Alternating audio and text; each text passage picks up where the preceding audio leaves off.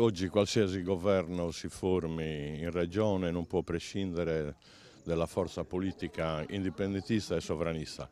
Questi 10 anni di esistenza di IRS hanno cambiato il modo di pensare e di agire della Sardegna.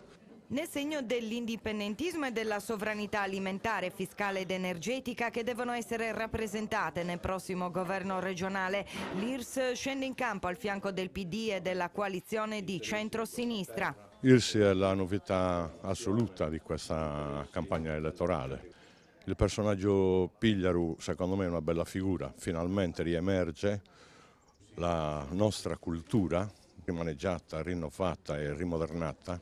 Nelle liste di IRS sono rappresentate tutte le categorie, dai commercianti ai pastori ai precari, al mondo della scuola, frutto delle tante battaglie condotte in questi anni dall'IRS. La Sardegna è una delle terre più ricche al mondo e che la ricchezza generata in Sardegna va via.